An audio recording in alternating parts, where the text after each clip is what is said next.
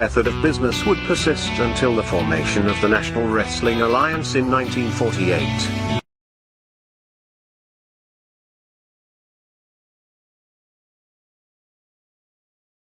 The NWA as a central governing body, with its singular, undisputed world champion, would be absolute and undeniable. This control, combined with the expansion of the interstate highway system, and the inevitable popularity and availability of regional television, would usher in an era of wrestling that was defined by what would come to be known as the territory system. The territory system would dominate wrestling for nearly 4 decades. While the borders, authority, popularity, and obedience of individual NWA territories was in a near constant state of flux, to this day the impact and influence of these territories is still felt. Each territory had its own signature promoter and star. While it is impossible to cram these characteristics into a static, concrete map, we are damn sure going to try anyway. So open up your eyes way before it gets too late. Now one man, there's no way you can. And with the streetlights running, don't give a damn. A simple explanation that you'll never find. Sinners never sacrifice. We never leave love alone. Is hate really worth the price? Look at what we've done. Never cared for compromise. Always threatening someone's life. And it feels like the end of the world.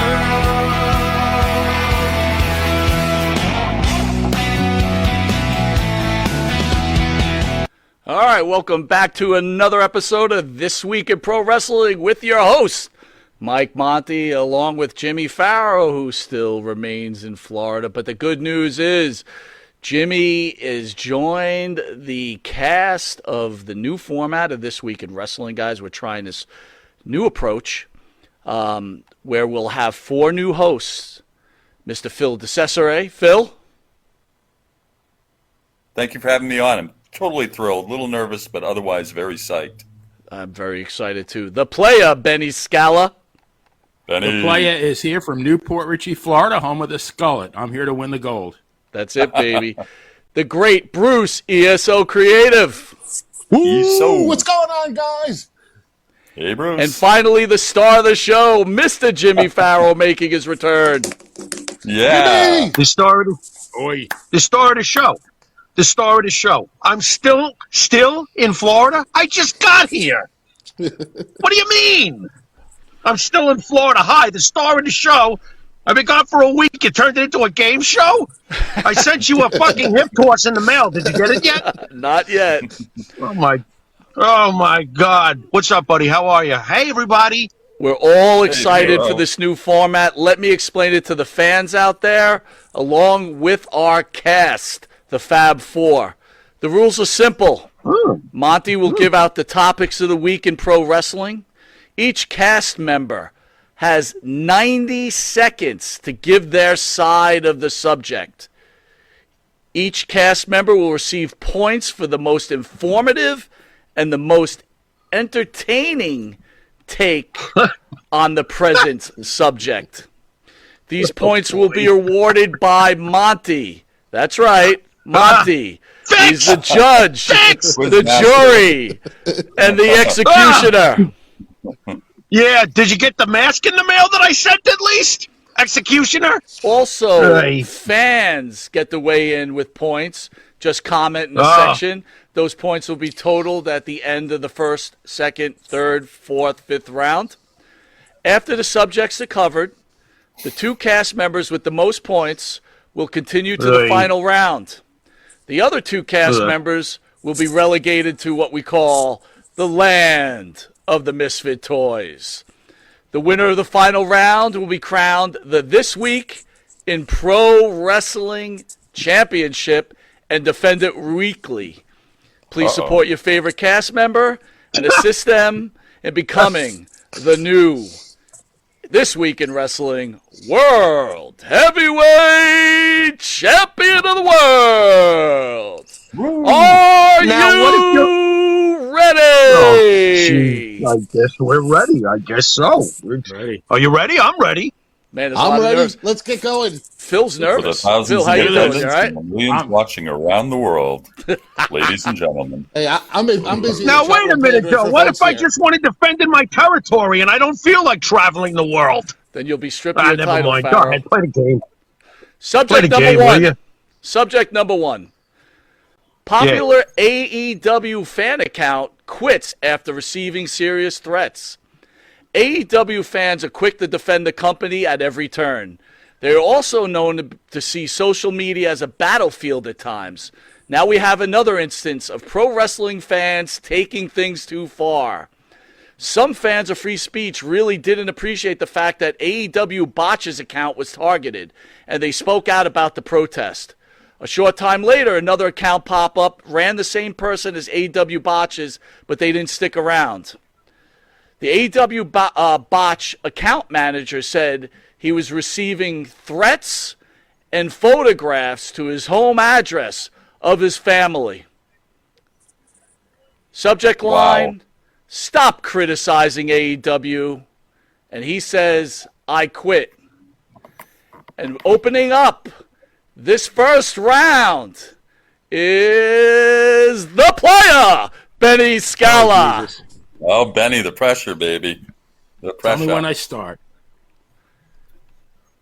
You are on. All right.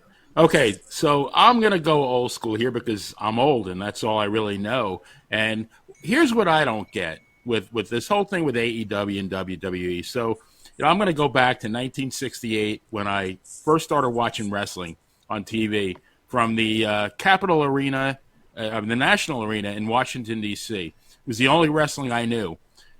Maybe about 5-6 years later, messing around my 12-inch Hitachi TV set, and Channel 41 from Paterson, New Jersey, all of a sudden I see NWA Hollywood wrestling from the Olympics, and now I'm seeing Fred Blassie, Victor Rivera, Black Gordman, Goliath.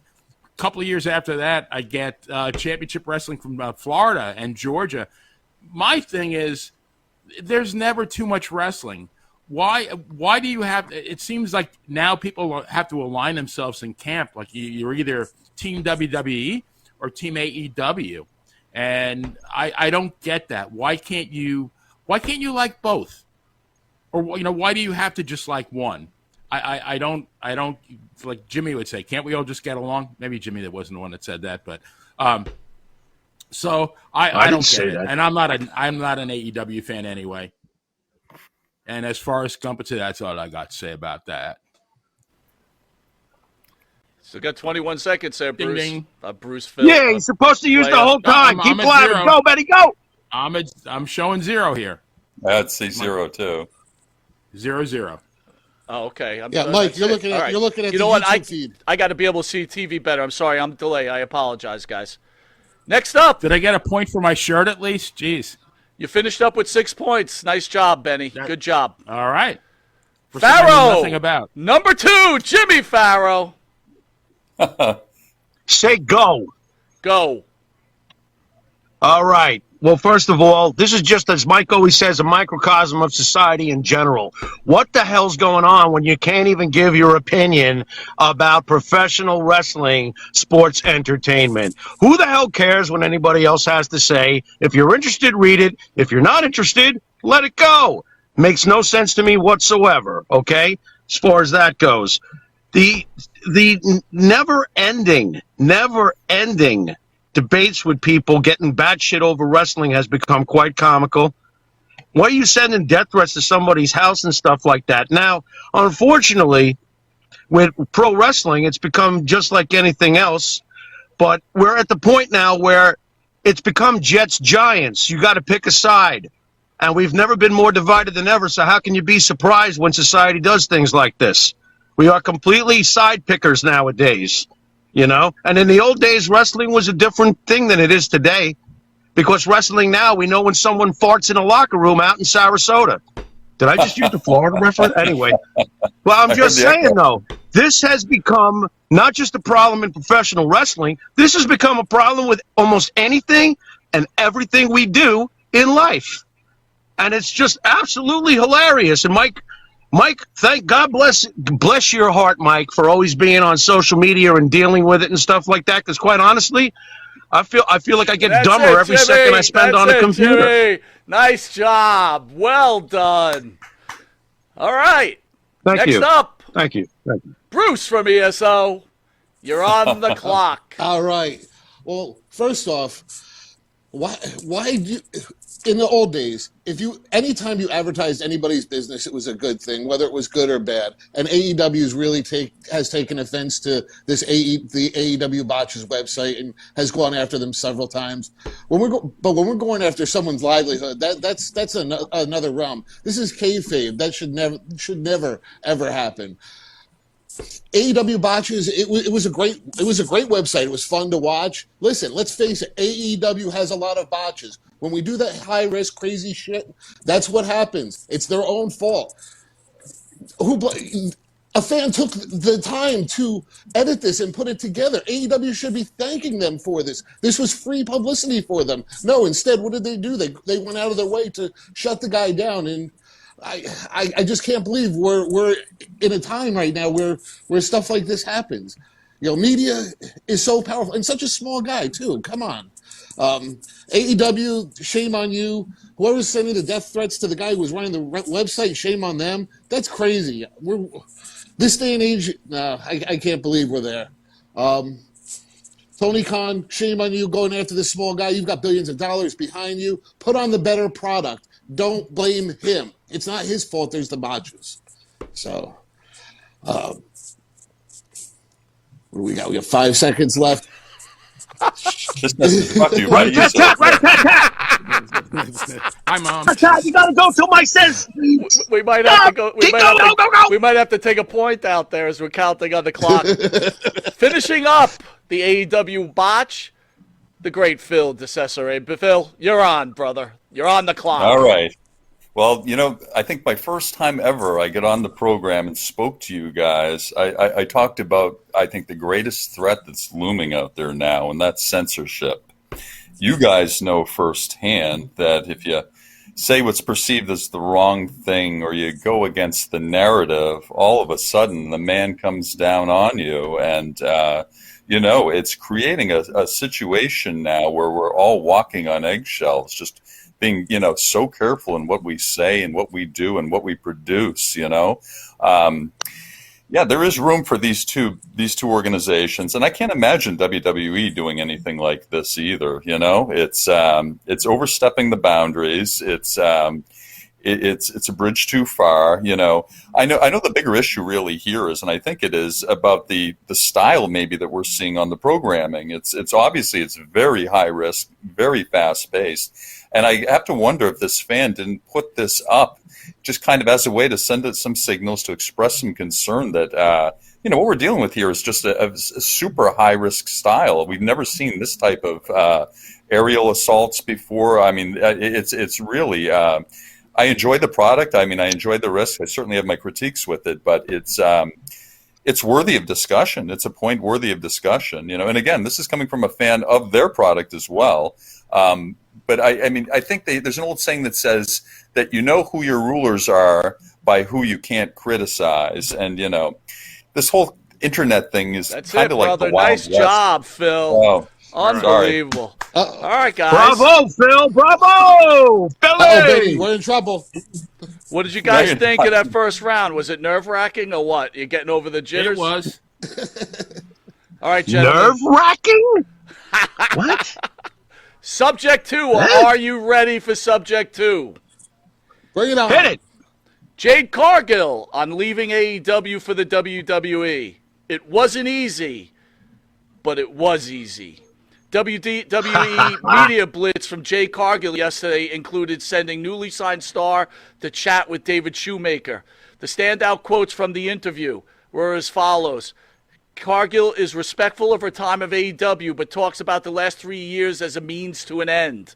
Asked how she feels to be called a WWE superstar, Jade replied, "It feels great. I feel like I just in preparation for the grand stage. I felt like this is always the mission. I felt like the shoe fits. I felt this is going to happen. Honestly, this is expected. I'm so excited to be here." More than just preparation for the grand stage at WWE, Jade viewed her time in AEW as a career strategy. While talking about a 2019 WWE tryout not signing with the company, she said, "One thing, I'm a businesswoman. I think I made the best route at the time. The WWE is a great company."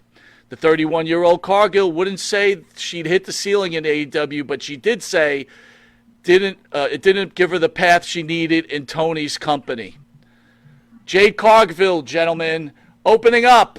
Phil DeCesare. Phil.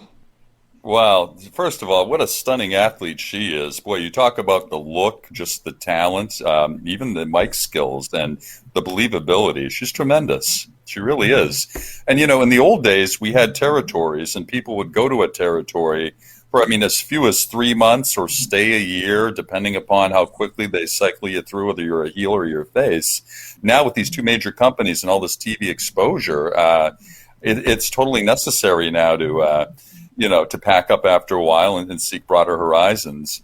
I know she's really close with Cody Rhodes, and I think he was a big part in making the switch. And, with all these recent cuts, I have to wonder if, their budget hasn't opened up a little more to kind of reach out and snag the people they really view as talent, She's done so much there, and again, 31, we don't know how many more years she has in the business. I think she has a child, may want to have a few more, so I think she wants to get up while the iron is hot and seek some greener pastures, work with a new talent pool too, and I think certainly with the shakeup in management up there, it might open up some opportunities for her too that might not have otherwise been there. I know she's grateful for her time in AEW, and I definitely am looking forward to seeing her in this new venue, and particularly Rhea Ripley obviously is a natural opponent for her. And certainly we've got some bigger women too in WWE, which actually pose more of a physical threat to her. So I think it's just a great move. I think I'm glad we're going to be seeing more of her. That's it, Phil. That's it. Good job, Phil. Well done, buddy. Thanks, guys. Number 2, Bruce from ESO. Bruce, you are on the clock. Jade Cargill. What a great pickup by the WWE. If you had to pick one person from AEW, that would probably be the person to get. She is one of the top talents, women talents out there. And let's face it, she's had a great reputation there. Everybody is praising her on their way out of there. She praised her time there, and Tony Khan was praising her in her exit in an interview the other day, talking about the door is always open for her to come back. Can't wait to see her get over into the WWE. I guess this week she was over at the Performance Center already. They didn't release any footage or anything of that, but can't wait to see her work with these women in the WWE. Let's face it, her and Bianca Belair. Could you imagine that feud? That feud is gonna be fun. Yeah. Her and Rhea Ripley. Oh my gosh, those two they're gonna tear it down. I could just picture this women's division in WWE is growing. It's at a point that women's wrestling is at a peak that we've never seen before. I can't believe we've gotten to this point. If you told me 20 years ago that we would have several women's champions and women's tag team champions and several wrestling organizations with established women's wrestling, that's absolutely insane. And let's face it, Jade Cargill. She's gonna compliment these women that are there now to an unbelievable stature. That's it, Bruce. Good job, buddy. Well done. You're right, Bruce. Jade Cargill. Number 3. It's the star of the show, Jimmy Farrow, talking about Jade Cargill. You're on the clock, Jimmy.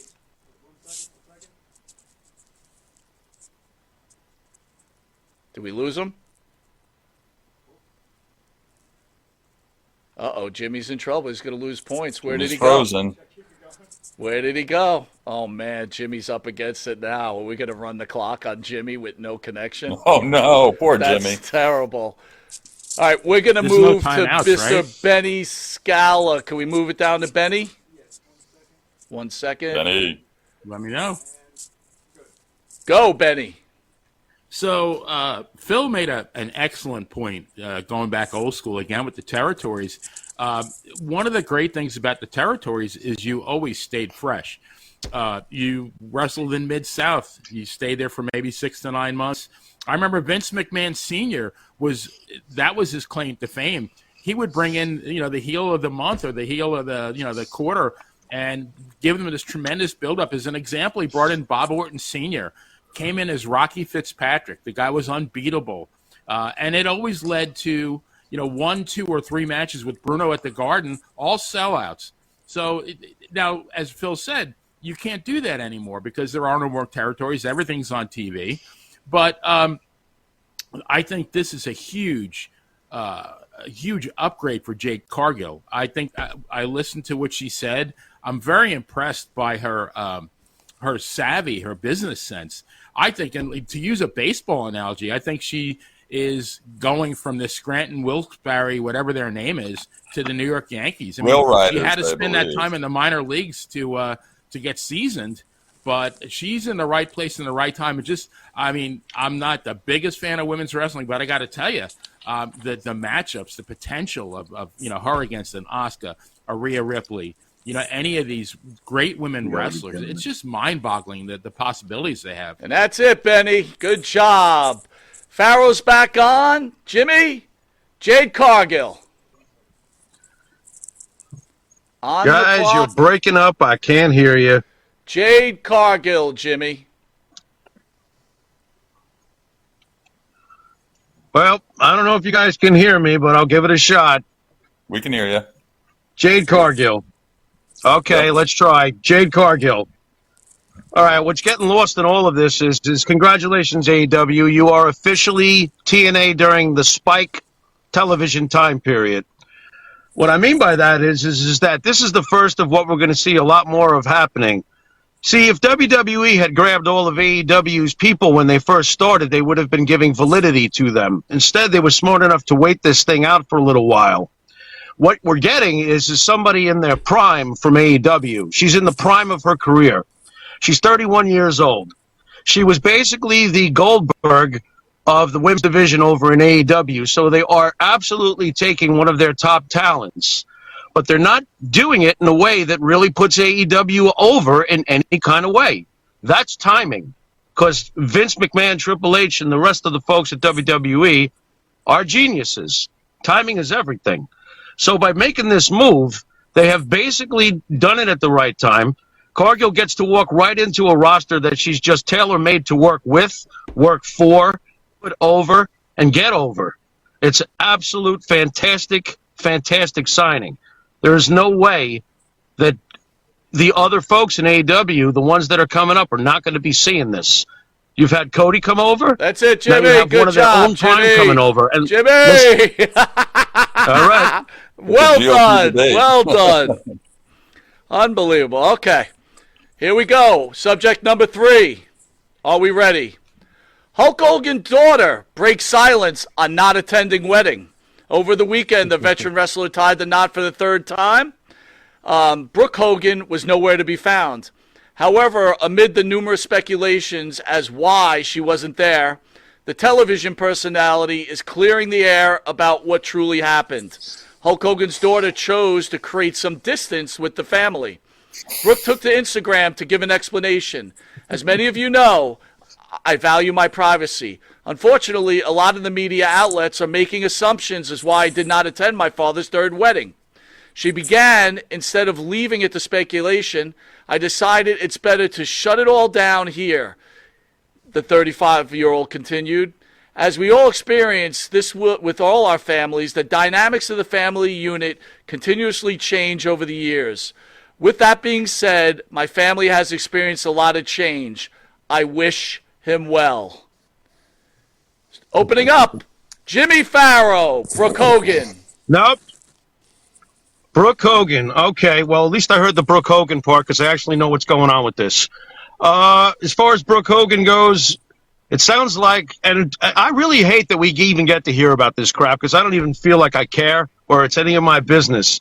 But apparently, Hulk Hogan and Brooke are not so close. It's pretty obvious. Being a regular guy, just a regular old person with a regular old job and a regular old life, it's really hard for me to sit here and try to figure out what exactly Brooke Hogan is so upset about. There's been a lot of change. Yeah, there's been a lot of change. Your father's Hulk Hogan. What do you think? He's going to be boring? To be boring? He's Hulk Hogan. How many changes has he had in his life? How many things has he done to get over, to make sure that he stays over, to make sure the bank account is good so he can take care of a no-talent, spoiled, lousy voice singing daughter like you, sister? Seriously, what is your problem? He got married. Go to the wedding. Oh, my God. You got to think it through, right? It's really hard having Hulk Hogan as my dad. I can't tell what to do. Maybe I'll have a filet tonight, or maybe I should get some broiled fish. I'm really not sure. I could get my nails done. Oh, shut up. Really? Go to your father's wedding. What the hell's wrong with you? I got any more after that? Ding, ding. You get a point just for that.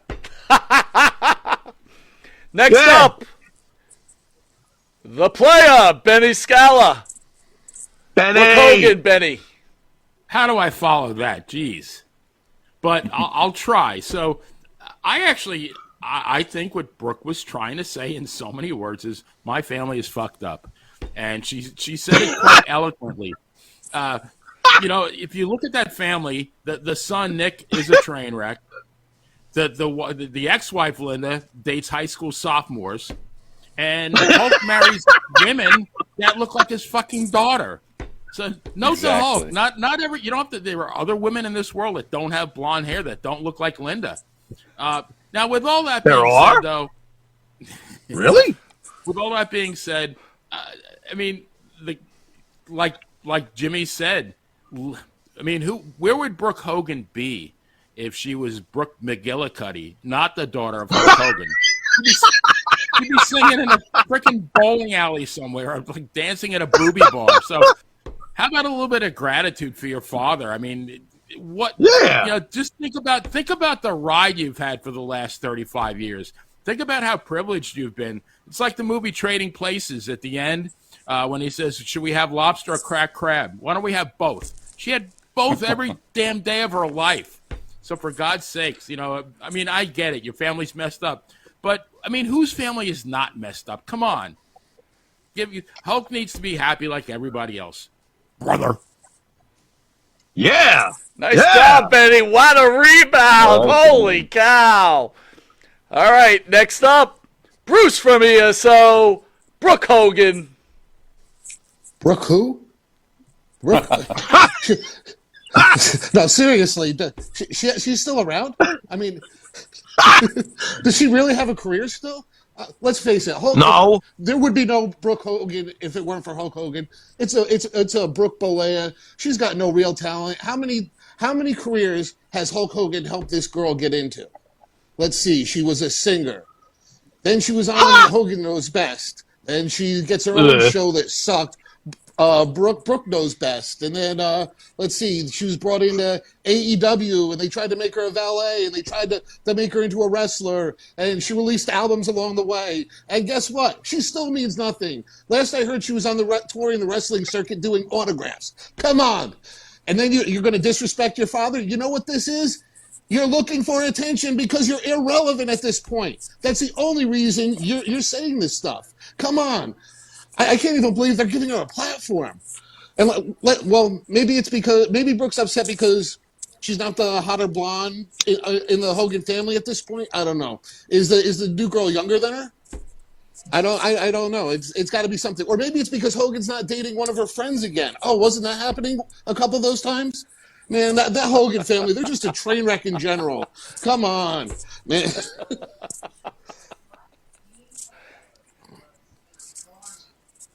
That's it. I had a zero. Oh, yeah, I had a zero. Bruce, you want to roll, brother. You want to roll. Man, some big bounce backs. Phil, you're in the hard spot right now. I think the new wife is 45. Phil, you're on the clock. You're on. All right. Well, as Gorilla Monsoon used to say, conspicuous by his absence. I think, in the quest for attention, I mean, when you think about it, I think Brooke could get more attention from not attending the wedding than from actually attending. So I think this might be a little bit of a, of an attention-seeking kind of grab too.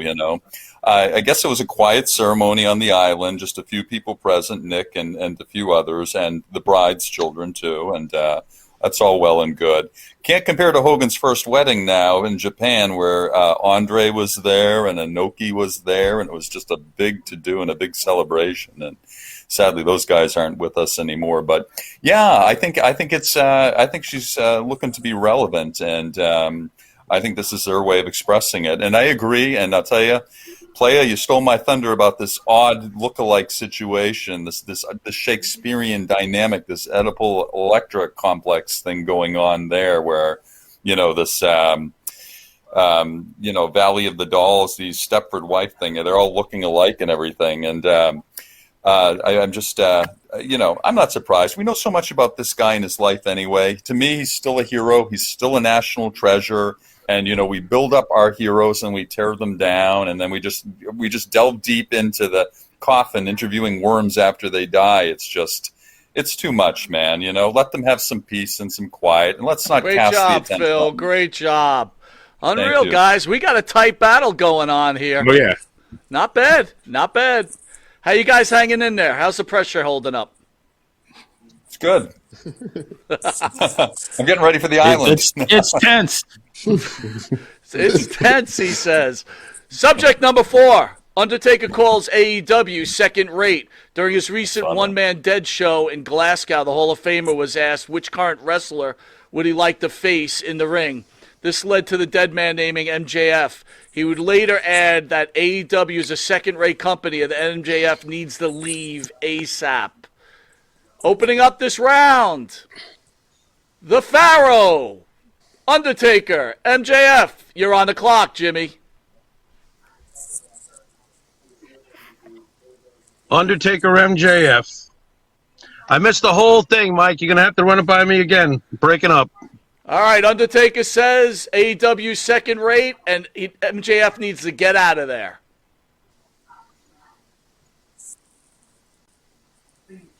Fuck. All right, we're going to move on. Can't hear you, brother. We're going to move try on. to get back in.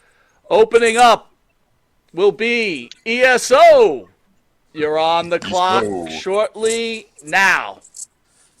All right. Well, I hate to say it. I agree with The Undertaker. It's definitely this. Well, I don't hate to agree with him. He's absolutely right. It is a second-rate company. It is not on the same tier as WWE on any level.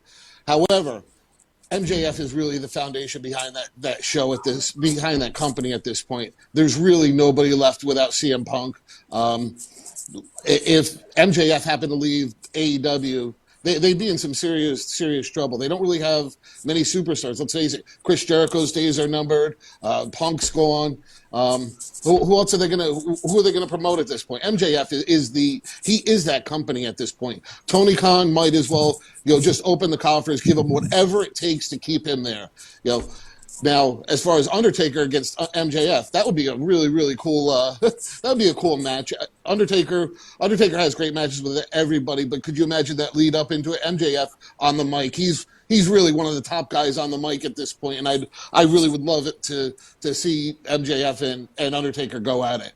So let's see. Going back to the original point though, with Undertaker bashing AEW, who could even say AEW is on that same scale as WWE? When will it ever be on the same scale? It won't be.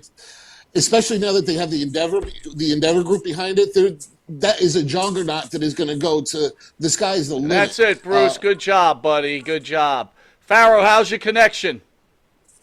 Get me while you can. Rewind. Tell me what we're talking about fast. Undertaker, AEW second rate. MJF needs to leave ASAP. You're on the clock now. MJF needs to leave AEW for WWE, according to Undertaker. Do I have that right? That's correct. All right. Well, Undertaker's smart, but there's only one problem, though. Like my partner has always said, how is MJF going to be applied if he does come here? Is he really going to be the same? It's the cutting-edge character of MJF that makes MJF what he is. Now, can he take something off the fastball? Yeah, probably. It all really depends on how badly MJF wants to be a WWE superstar. If deep down he really does, and after he sees what Jade Cargill did, then he'll do it. Do I think he can do it? Yeah, I think he can do it. But I'll tell you what, it would be a real death blow for AEW because MJF is one of those, like Jade Cargill, truly homegrown stars. And quite honestly, he's been ripe for the picking for a while, and I do eventually see them picking him.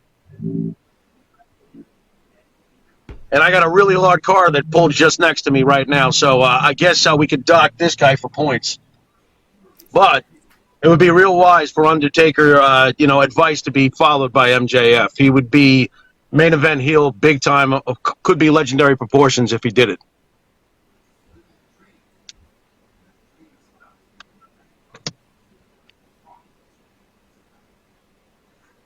All right, the clock is out.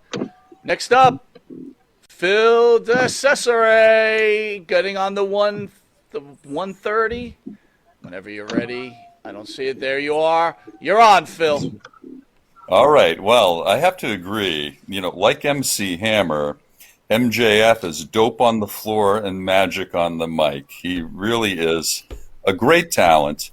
And part of that, I think, is the latitude I think they extend him to be the character that he is. And, we live in a day and an age where we can't walk down the street without everybody knowing it, and it must be just so challenging for people now to stay in character. I mean, it's so challenging that very few do, I remember reading in DDP's book something to the effect or Mick Foley's book, he said that Abdullah said that Dallas is going to make it, DDP. And Foley said, why? And Abby said, because he lives the gimmick. And we see MJF at fan conventions living the gimmick. He's rude to kids. He's, he really, has been a heel through and through. And that's the kind of attitude I think that Khan and the rest of the team gives him. I wonder if that would be the case in WWE, whether he'd be micromanaged. I don't know. I remember Taz saying something about Paul Heyman years ago. He said, F Paul E., but at least he lets me be me. And, and I think that's an important thing. And I think that in AEW, they have that latitude. They're not traded on Wall Street. And, I think they could benefit from being a little bit edgier. And that's what I like about MJF. Now, as far as a rivalry with The Undertaker, MJF would have to wear those moon boots because The Undertaker's still about 6'7" or 6'8". That's a clock, Phil. Well done. All right. Well done. We got a tight race here. Benny Scala, the player, going on $130. Whenever he's up, you're on. So, first of all, let's talk about the basic premise of AEW versus WWE. And Undertaker's absolutely right. I mean, Tony Khan, he took Daddy's money. He's the modern day Richie Rich. He took Daddy's money and he started a fraternity, more or less. I mean, the whole premise of making a professional wrestler an executive vice president, it's like going to GM and taking the guy on the, who does rivets and saying, now you're the head of manufacturing. Well, I mean, the guy was good at, riveting a rivet. Does he know how to do payroll? Does he know how to do budgeting? Does he know how to meet with executives, present plans and budgets and things like that? Absolutely not. That's the first premise. And, as a wrestler, you're going to look out for your buddies. That the Young Bucks and Omega, they're going to look out for their friends. They're not going to make an objective assessment based on talent. But yes, do I think MGF should come to WWE? Absolutely. The guy is a once in a generation talent. The guy's mic work is absolutely incredible. He lives the gimmick 24/7, and give the guy credit for that. I mean, he takes this seriously. This is everything to him. And now, would they use him properly, though? And I think his height, in a land of big wrestlers, might be a detriment. All right, Benny, well done. All right, guys, this is the final question, allowing us to go to the final two. Are we ready? Ready. WWE stock share price drops by over 10%. Stock in the WWE fell dramatically in value this week, with shares losing over 10% of their net worth in one day. PWI Insider reports on August 30th, WWE share price opened up and closed at an impressive 110.05 of August 31. The stock dropped dramatically by $12.90 at one point, down to $97.50. Is the sale to Endeavor a mistake on both ends? Opening up on this round, Bruce, ESO, the 130 is on you, sir. So absolutely, it's not a mistake. This is a very, very common thing to happen. There could have been a big sell-off of shares by some stockholders. It could be some fear with all the layoffs. There's so many factors that go into these things, but absolutely not. WWE and UFC combining into the Endeavor. It's going to be great for both companies. Not that I'm a fan of it, but let's face it, this is going to allow wrestling to reach a broader audience than ever. WWE is going to be more international, along with UFC. We're going to see them doing some cross promotions. We'll also see an opportunity for some of these great UFC stars, as they're retiring, maybe have an opportunity to come over into the WWE, or we're going to see maybe some crossover events or things like that. It's a win-win for both companies. You know, some of the unfortunate things I could see happening would be some branding on tights or things like that, like they do in the UFC, or branding in the rings or the ropes. We've already started to see that with like the Slim Jim Chat thing and the Mountain Dew thing earlier this year. So we're going to see more stuff like that I don't want to see, but at the same time, it's opening up to bigger and more markets. Don't see it as a mistake. I don't see a 10% drop in stock as a big deal, especially in the long run. I think long range. That's it, Bruce. Well done, sir. Bruce is taking the lead, and if it ends right now, Bruce and Benny and Phil are tied. It would be a three-way battle. Up next, Jimmy Farrow, WWE stock. The 130 is going to be on you, Jimmy. You're on. And he's frozen. I just can't. I can't. You're already being frozen in Florida. Wait, he's back. He's Jimmy, back. you back? All right, we're going to move to Phil DeCesare. The 130 is going to go on Phil. Phil, you're on the 130. Yeah. Boy, this is an interesting situation. I think it can work as long as they keep some of the same people involved. I think Vince McMahon still needs to be an important part of WWE for this thing to really be successful.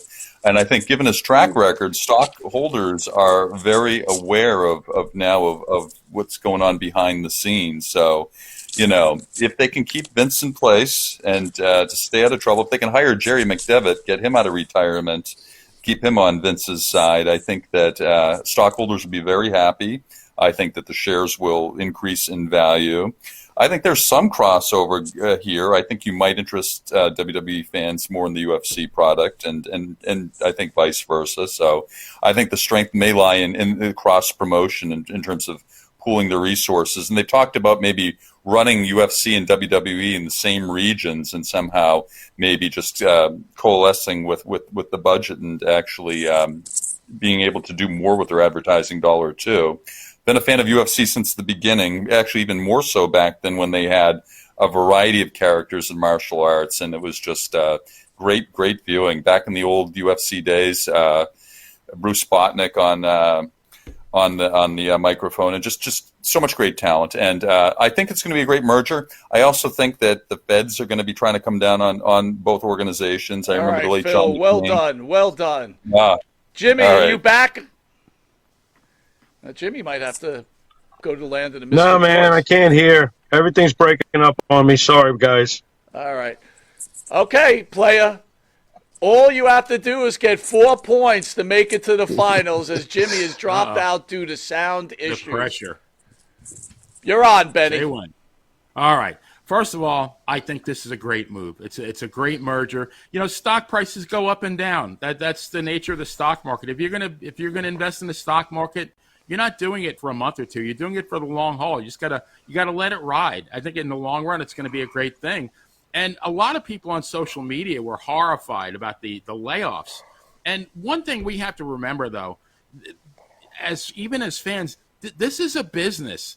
And typically when two companies merge, like a lot of people got laid off, but when you have duplicate infrastructure, the first thing that's going to happen is people are going to get laid off. It's just a fact of life. It's not a pleasant fact of life, but it is. And, as far as the wrestlers being released, I really didn't have much of a problem with any of them. I mean, Matt Riddle, good Riddle or good riddance, whatever, either way you want to cut it. Some of them I might not have agreed with, like a Dolph Ziggler, Shelton Benjamin. But, again, somebody sat in an office, and they're not. It's not sentiment. It's a business decision. In their minds, whatever they were paying Dolph or whatever they were paying Shelton Benjamin, they were not experiencing an increasing amount of revenue. Dolph was great, but Dolph's time maybe is come and gone. Maybe he'll resurface in AEW. Who knows? I think it's a great move. I think you are going to see a lot of crossover. UFC fighters at the end of their careers, maybe going over to WWE. All right, Benny, well done. All right, Hey, give Mike. Jimmy one more shot. Jimmy, are you there? Mike, Yeah. have I missed any questions? I can actually hear you guys right now. You have not. This is the final right. round. You're the last guy. You literally need 9 points to get into the final round. Are you ready? 9 points. 9 points. Oh God. Whatever. Go ahead. This is You're on the mixed anyway. clock. Hit me, player. You're Go. charming. What am I talking about? The WWE stock has dropped by over 20% since the merger with Endeavor, whatever the hell it is. Endeavor. Yeah. Endeavor. Go ahead. Okay. Shares on. Was it a That's it? mistake to make the sale to Endeavor by Vince McMahon? And did Endeavor make a mistake in purchasing the WWE? Nah, not at all. I think right now it's just like, marketing speculation. I don't take much stock in it right now. I don't think that's a big deal at all. You still got Triple H with his fingers in the pie, don't you? And Vince McMahon is still there. He's just not officially official as the big guy, but everybody knows he's still running it. There obviously was some agreements behind the scenes that none of us will ever be privy to. But the bottom line is that no, that doesn't hurt anybody, and it won't hurt them either. Right now, isn't this a little bit of a down season? Why don't you check back with me on the stock when we get towards Survivor Series and Royal Rumble and stuff like that? I just love that every single day we have to worry about the latest thing. Oh, did you hear? Vince McMahon stubbed his toe. Oh no, now he's going to have to get corn fitting things for his feet. Stop. Who cares? Everything's fine, And the people that they let go recently, boy, is Dolph Ziggler not just like an AEW fucking dream? He's already been in WWE forever. Now we can use him once every 6 months in AEW. Jimmy, well done. Great comeback. Thank you. Lost a little Great. sound. Almost there. But we have to send 2 people to the land of the misfit toys. And unfortunately for the first episode of This Week in Pro Wrestling, those 2 people are going to be ESO Creative. You're off to the land of misfit toys. And the Bye, great Bruce. Jimmy Farrell, also off to the land of misfit toys. Farrell, we love you. Leaving the player and Phil to go to the final round. 1 minute and 30. The final question, guys. Alpha Jr. looking for $100,000. I'm writing to ask for help from my brother and hero, Alpha Anoy Jr. He is currently fighting for his life after Alpha was rushed to the hospital with unexpected complex cardiac issues. His heart injection fraction is only working at 35%, and his heart is filling with fluid. Please reach out to our GoFundMe page and give Alpha Jr. your support. You're on the 30. Benny Scala, the player, in the finals for the championship. You're on. Oh, man, GoFundMe. So I have such mixed feelings about a GoFundMe account. Here's my basic thing. I know, with Scott Hall and Jake Roberts, my first reaction was 2 things. Number one, you guys made 10 times more money than I'll ever make in my lifetime. And nobody's going to give me set up a GoFundMe for me. What happened to all that money? What did you do with it? That you need help from the public. And the other side to that is, if I did need help, is it Jake Roberts? Is it Scott Hall? Are they going to contribute to my GoFundMe account? And the answer is, fuck no, they're not. They don't know who the hell I am. So now, in a case of the one GoFundMe that I did support was Mike Halleck, because number one, it was so sudden and so traumatic, and he left behind, I think, a 13 or a 14-year-old daughter. And thanks to you, Mike, I had the privilege of meeting Mike down here in Florida, and I consider the guy a friend. The guy was going to be on my podcast in a couple of weeks, and I was more than happy to help. I wish I could have actually helped more. So in that case, yes, I felt honored actually to contribute to his GoFundMe. But for the most part, I'm not a fan. I mean, I've worked my whole life. I worked for 46 years to get myself to the point where I'll never need a GoFundMe, and I'm very proud of that. And I just, in most cases, I don't get it. That's it. Well done. Well, Phil, you got 10 points to catch up on the minute 30 for the This Week in Wrestling Championship. Phil, you're on the clock. Well, I definitely understand the player's perspective, and we don't really know. Some of these guys from the past, before these big money contracts were a thing, I think they really had to scrimp and save, and they really had to fight for their money. And, and nearly all of them don't have any type of health plan to begin with. There's no union there. And so they spent years breaking their bodies to entertain us, and in those hard rings back in the day. And, and they're asking for a little something in return. I mean, the wrestling audience is vast and huge. And, if a fan sends in $1 and there are just so many fans, I think they can meet their goal. And, this guy is suffering, and I'm sure they're not very proud of the fact that they have to reach out and ask for help, but I'm hoping there's a community out there that can help